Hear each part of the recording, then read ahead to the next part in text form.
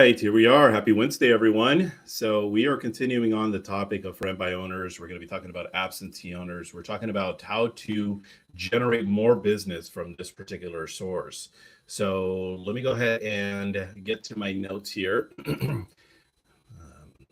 if you guys have any questions, feel free to come and ask. For those of you guys that are joining us over here on Instagram and or over on YouTube, I'm going to encourage you to please come join us over to Zoom. Okay, so all the Zoom information is there. All right, so where can we get some of these investors? So we talked a little bit about this. You can get investors basically from anywhere and everywhere. You just have to ask the right questions. Whenever it comes time to the language of sales, having the right questions is going to be vital. You can get them from door knocking. You can get them from calling around a listing. You can get them obviously from for rent by owners, which is what we're going to talk about in more detail today. You can get them from for sale by owners. You can get them from so many different places, but there is a very specific designated place that you can get that from, and that is absentee owners. Okay, so absentee owners, number one, and number two is going to be for rent by owners. As you're going through and having conversations with these people, I want you asking questions along the line of, especially when it comes time to people that own a second property, are they looking to increase their real estate portfolio? I like to use that terminology because when I go through and I ask somebody, are you looking to increase your real estate portfolio? A large percentage of the time I'm going to, yes, absolutely. I currently am looking to grow my portfolio by 20-25% if I possibly can today. Versus the portfolio, what is that? And what that basically does is it separates the novice, which is basically the house that my aunt left me, versus the person that is a lot more from the expert level. Okay, so being able to ask a question like that, and we'll go into the depthness of that here in just a little bit. How do we know what they want? Well, in most cases, it's simply asking them. Because some investors, what they're looking for is one of two things. Number one is going to be the fix and flip, which we all know is completely notorious in the industry. There's so many investors that are out there. It's basically everybody's an investor today, right? Or number two, basically the people that are looking to buy and hold. Lizette and I talked about this today, that there's even, for example, the areas that I used to service a lot of in Los Angeles, people are buying properties that are way below with what their valuation is. For example, I remember a client in Koreatown where the property was probably worth about $750,000. It was just simply a condo in Koreatown.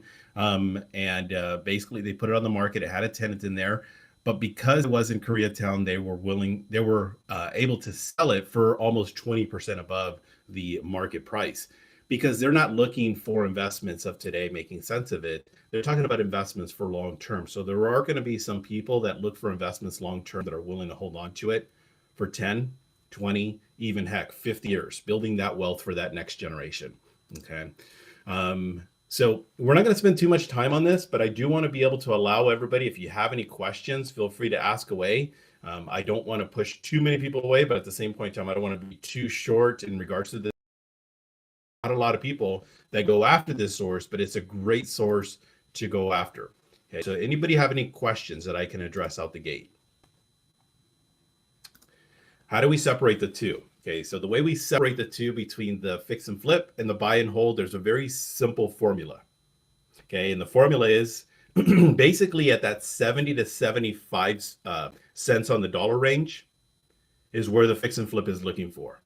Okay, because I know sometimes there are people that'll sit there and say, oh yeah, this one has $100,000 of equity. I should be able to give this to a flipper. Sure, it does, but the property is worth $800,000 and $100,000 of equity is really not a lot. Okay, so 75 cents on the dollar. So in other words, when I used to fix and flip, I still look for opportunities, but back then when it was my primary source, on an $800,000 property, I would buy it right out the gate, no more than $600,000. And then it would be subject to with whatever repairs that were needed. Okay, if it needed a brand new roof, well, boom, there we go. Depending on the size of the roof, is it 20, is it 30, or is it a $40,000 roof? The plumbing, all of those things. So you start looking at those factors. Okay, if it's above 70, 75 cents on the dollar, there are people that just want a good buy. Okay, that $800,000 property that I just mentioned that you could be able to sell it for $700,000. Well, for the fix and flip, yep, not really enough meat on that bone. But for an investor that's looking to buy and hold, that's a great opportunity. Now, yesterday I talked about creating at least two separate types of lists. And the two separate types of lists that I was referring to is as you're going through, knocking on doors, doing open houses, speaking to for rent by owners, for sale by owners, absentee owners, just listed, just solds, anybody you're going after, including your database, you're going to ask them, hey, have you ever considered investing in property? Are you looking to A, fix and flip based on what I just mentioned? Or are you looking just simply to buy and hold? And what you'll do is you'll create a list. You have to create this list because you're going to come across an opportunity. If it doesn't happen this week, this year, it's going to happen over the course of your career. And there is going to be those opportunities. And what's going to happen? You're going to be left scrambling. Okay. And that first list, going back to it, that's the fix and flip. The second list is going to be the people that are looking to buy and hold. All of a sudden, you end up setting up an appointment from an open house. The person says, hey, I want to sell a rental property of mine. It's a little bit distressed. I don't have the money to fix it up. Okay, I'm willing to get rid of it. I'm trying to get top dollar, but I do know that the property is worth $800,000. But I also know that there's at least a good $40,000 to $50,000 of deferred maintenance. Okay, it's going to need a new roof, and the plumbing isn't working quite the way that it's supposed to. Well, Mr. or Mrs. Potential Seller, are you considering and fixing that? Unfortunately, I can't. Okay, I'm really stressed out. I'm a little bit frustrated and annoyed with that property. I just got to get rid of it. Okay, well, what would you be? How much would you be wanting on that property? Well, I think if I can get at least $700,000, I'd be willing to part with it. Boom, you end up taking a listing, and now you're like, okay, who do I get this to? And sure enough, now you find yourself in a position calling the fixers and the flippers, and you're not getting any traction because they're like, yeah, nope, not enough meat on that bone. Nope, not interested. Nope, I just can't do it. So by creating an A and a B list, fix and flip, okay, and a buy and hold, it now gives you an opportunity to be able to have an inventory of these people. And better yet, you now have a database that you can go after, that you can call ever so often. And maybe you don't find them a listing. Maybe you can help them in representing in purchasing other property somewhere else. Okay. Any questions that I can address? All right, moving on. So a couple of different ways. Let's talk about getting your offer accepted, and then we're going to move in a different direction. I'm going to share the script here again. For those of you that are joining us on YouTube, Instagram, I'm just going to share the script here. You got to come join us because I'm going to share that script here in about 3 minutes. When we're going through, I would actually scour the MLS. Right now is a perfect opportunity. Okay. And what I would do is I would go ahead and create a search as if though I am the buyer.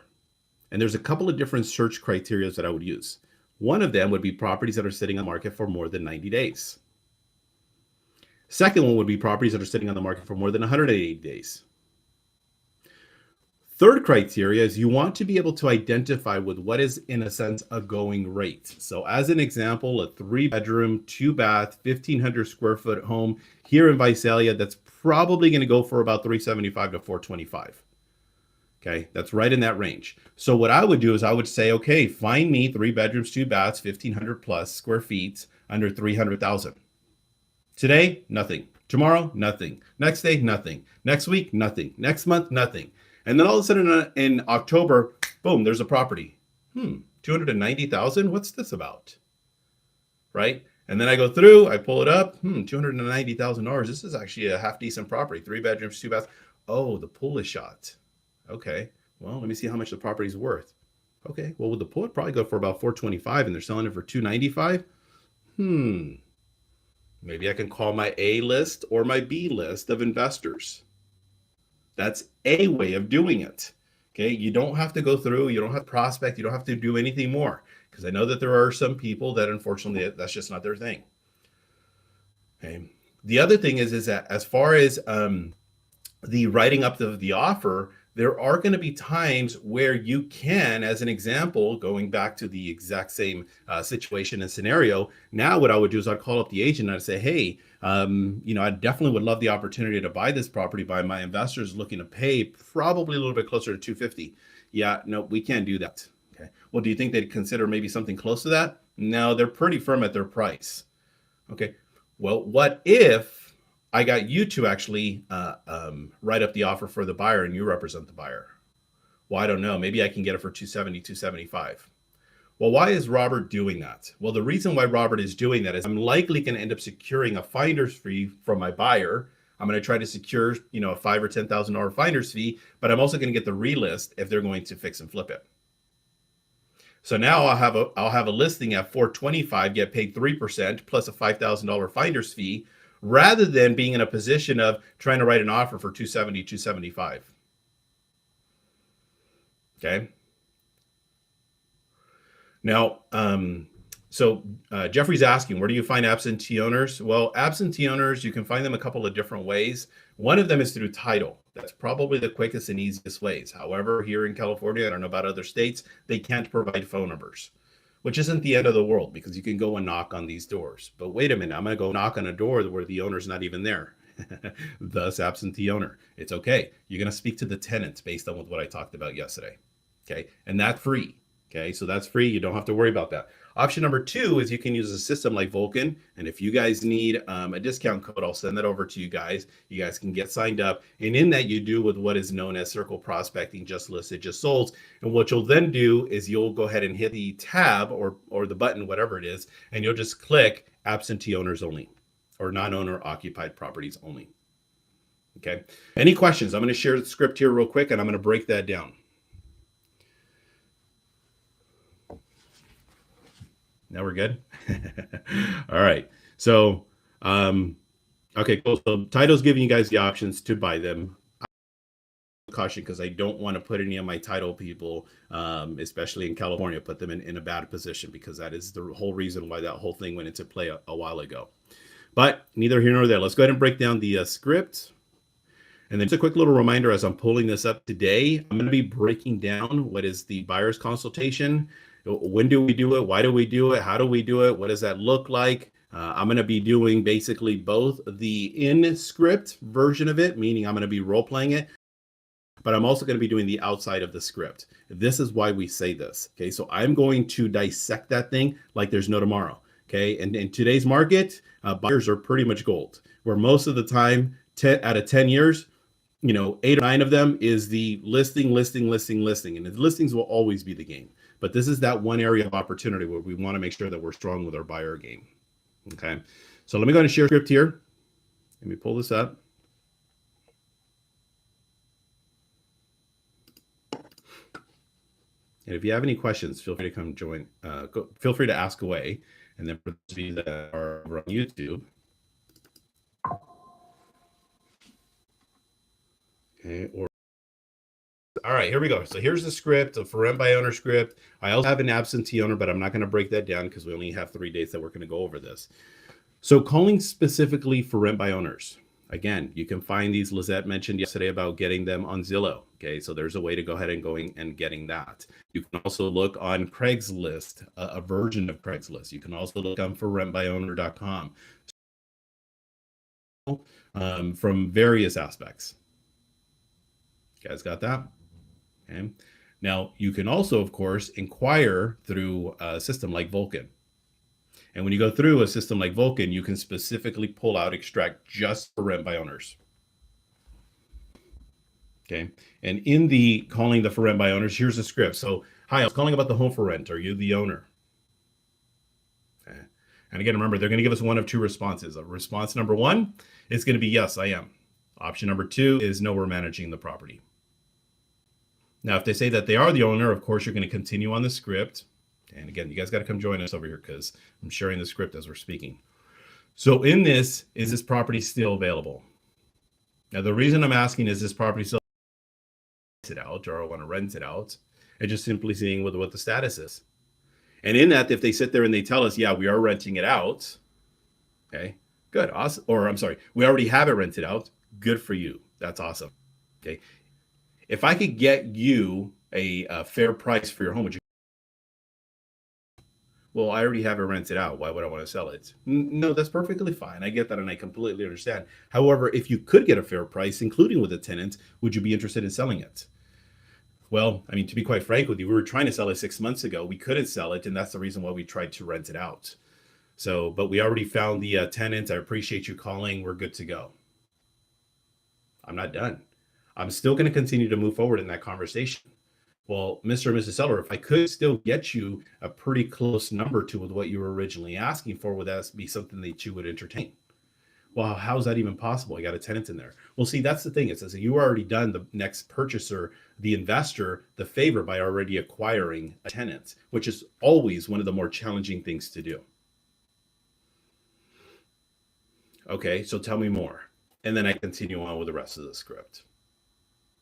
Or they go in the direction of property management. Okay, good. Do you guys currently list properties that you are managing?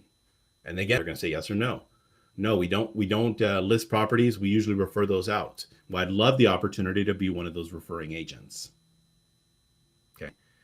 Or we do. Yes, we actually take on the listings. We'll go ahead and take care of it and manage it ourselves. Perfect. I'd love the opportunity to be able to network with you. Management. Would you guys be open to the idea? So what we then end up doing is we reciprocate at that point, business, if possible. Okay. All right. So let's move on. All right. So I want to go into these parts. So if they sit there, basically, have you ever thought about adding more rentals to your real estate portfolio? This is an important part because a larger percentage of these people, I would say 6 or 7 out of 10, they are. Sure, absolutely. If you find me a good deal. Okay. The reason I'm asking is because I come across properties at 70, 80 cents on the dollar. Would you like me to add you to that investors list? Sure, absolutely. You really get properties at that price? I do. Yeah. Okay. Is there a certain area that you're looking to purchase? If I could find you something today, would you be interested in? So now what I've done is I've extracted this person from a for rent by owner, whether they're open to selling or not open to selling, and now I am going putting them on that list. Okay. You guys got that? All right. So moving on. Share with me how many properties would you like to add this next year? This gives us the opportunity to kind of evaluate their situation. As I shared with you, one of my more favorable millionaire coaching clients, Christian Stone out of Temecula, what I loved about his story is as he was going through is making these calls and he came across a whale because they're going to happen. And this person had 500 properties that wanted to sell. I'm not looking to add to my real estate portfolio. Actually, I'm the complete opposite. I'm pretty much getting ready to retire and I'm liquidating everything. Can you help me with that? Okay. And Christian and I, we probably paired up and did about 30 deals between the two of us. And he probably did another 100 of those deals with that whale. And it was just from one phone call. Okay. So imagine one phone call, getting 100 plus listings on an average about $10,000 of commission. One phone call was worth about $1 million worth of commissions. You guys got that? Okay. So it is important. It is vital that we do try to identify who these people are. Okay. Any questions so far? All right, let's move on. Now, what I also want to talk about today is the doubling, tripling, quadrupling the basically these investors' income. Because the doubling, tripling, and or quadrupling these people's income or that line, you can use it from so many different aspects. Okay. Some of the agents that it has been recruited or actively recruited, does this line sound familiar? It literally came out of my, which is super duper cool because in most cases I've had the good fortune.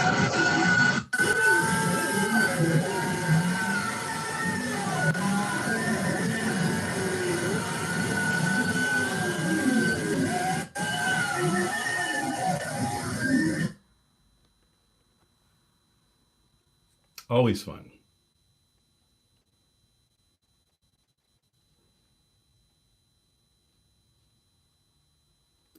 All right, so there we go. Okay. All right, so that's always fun stuff. All right, you got to figure this stuff out. So we're good. Yeah, we're good. So anyways, I have to do all this clicking in the background, so it's easy for us to just kind of separate. All right, so anyways, you guys missed some fun stuff over here. Always look at random stupid stuff. All right, so doubling, tripling, quadruple agents income, doubling, tripling, quadruple. I don't think he's on here. All right. Well, I got unmuted in that process. All right. Thank you. So doubling, tripling, quadrupling the investor's income. Okay. Sorry about the distractions. It's always so annoying. So doubling, tripling, quadrupling agents income. Something I want you guys to get in the habit of. Because when you're speaking with an investor, it gives us the opportunity to be able to talk about the duplex, triplex, or fourplex. Okay. The other thing is I want you to get very comfortable with this part. Here's what I do to help investors, okay, like yourself, is basically I move the money from their one door. Okay, from a basically one door, one income, and then you find yourself in a position of what is a high risk, low reward asset. Because if that tenant ends up leaving, who's responsible for the mortgage? Well, I am. Or how about better yet, it's paid off. Okay, so how about better yet, it's paid off. Well, how's that happening with your cash flow? Well, it isn't. See, what I'd rather do is I'd rather be in a position where we go ahead and move that money over to a duplex, a triplex, and or a fourplex. I want to be in a position where I can help you lower your risk, okay, and then be in a position where you have a higher reward. I'll give you an example. So basically, you have a fourplex, two of the tenants ends up leaving. As you can see, you still have 50% of the income. Again, this is with what we call as a low risk, high reward asset. Does that make sense? This is Millionaires and Billionaires Park. Okay, this is where they invest their money into. Millionaires and billionaires that use real estate as a resource for income is by multifamily or by commercial. Okay, so they have multi-tenant situation. What they don't own is houses. The only few houses that they own are the ones that they live in. Okay, and there are some people where they'll sit there and say, I prefer to do single family residence. And that's okay. If they do single family residence, no biggie, no big deal. You don't have to necessarily sit there and tell me it's not good. Okay, but anybody that listens to anybody worthwhile, okay, I have much respect for Grant Cardone as an example. Okay, and all he talks about is multifamily, multifamily, multifamily. Robert Kiyosaki, all he talks about is multifamily, multifamily, multifamily. All these people that are considered, in a sense, real estate gurus, they all talk about multifamily. Nobody talks about single family residence, but you will get the little batch of people that say, no, I prefer single family residence. It's way easier to manage. Sure, fine. That's okay. Each their own. Okay. Any questions, any comments, any concerns, anything of anything? So is that your call to action to take a single family home investor into a multifamily? And are you only calling, or are you also marketing them with direct mail or sure, like on social media, something like that? You can. I mean, you can do it from all aspects. So if you want to go ahead and do direct mail, you're welcome to do that. That's an option. Okay, so you can go ahead and do direct mail. The only thing I ever ask of whenever I'm talking to an audience is be careful. Okay, because what ends up happening, and this is very common, you go through, you end up having a nice month of closing 2 or 3 deals, you make $20,000, $30,000, $40,000, you go and invest $1,000, $2,000 or $3,000 into all these mailers, and all of a sudden you take a listing and you're like, yeah, awesome. I ended up investing $2,000 and I got a listing out of it. And then you try doing it again, and then again, and again, and again, and again. Okay. So I want you to be in a position to, I want you to be in a position where you can be able to identify some of these people from that direction. Okay. Does that make sense? Now, when you're doing the money management side of things, you can set aside 5% as an example. So cool. Awesome. You had a $40,000 month. Great. You put 5% aside, $2,000. The next month you don't close anything. Well, you don't use any of it. Then the next month you close another deal and that's $12,000. Well, 5% of that's $600. There you go. You put it into that kitty. And as long as you're able to identify how much money you're going to be setting aside, you can ultimately identify the people that you're wanting to go after and how much of it you're wanting to go after. Okay, some of my strongest clients right now that are closing 30, 40, 50, 100 plus deals a year, this is one of the things that we do. So you're going to put X amount of money aside. Do you want to put 5 or do you want to put 10% aside? They're not allowed to touch any of the monies, okay, unless they have the monies in the account. Because there's going to be some times where you're going to have $100,000 a month, and I don't want you going through investing $10,000, $25,000, $30,000 on this. Okay. So as far as the other areas separate from the direct, you can create a niche for that if you wanted to. Talk about the benefits, talk about the values from all that perspective. But my personal preference is always to be on the phone. Okay, for rent by owners is obviously the easiest one because they're already raised their hand. Also absentee owners, okay, which is a little bit of a different script. Okay, so I'll send that script to you if owners. It's a little bit different because you're not going through calling somebody and asking them, is the property still for rent when it's not. That script is a little bit different, and it goes in the direction of I help a lot of investors like yourself, and I notice you have a second property over on Banana Street. Have you considered adding to your real estate portfolio? So it's a little bit of a different opening. All right, so we got a few minutes left. I want to go ahead and address any questions, any comments, any concerns. I do apologize about all the distractions. There's a lot of stuff that's going on behind scenes, so I want to get back in focusing on what the task is on hand. So any questions? No? Anybody from basically from social media, whether that's YouTube and or Instagram? If we have any questions, no, we're good. I think I just appreciate your way of like thinking outside the box, like whenever you're saying to negotiate a finder's fee with your client, with the seller, or with the buyer, and then also even just offering for the agent to represent it, because you're thinking in the long term, like, okay, if I get this as a listing in the long term, it's going to be priced higher, and then I can negotiate 3% on this. So it's I appreciate the outside the box thinking.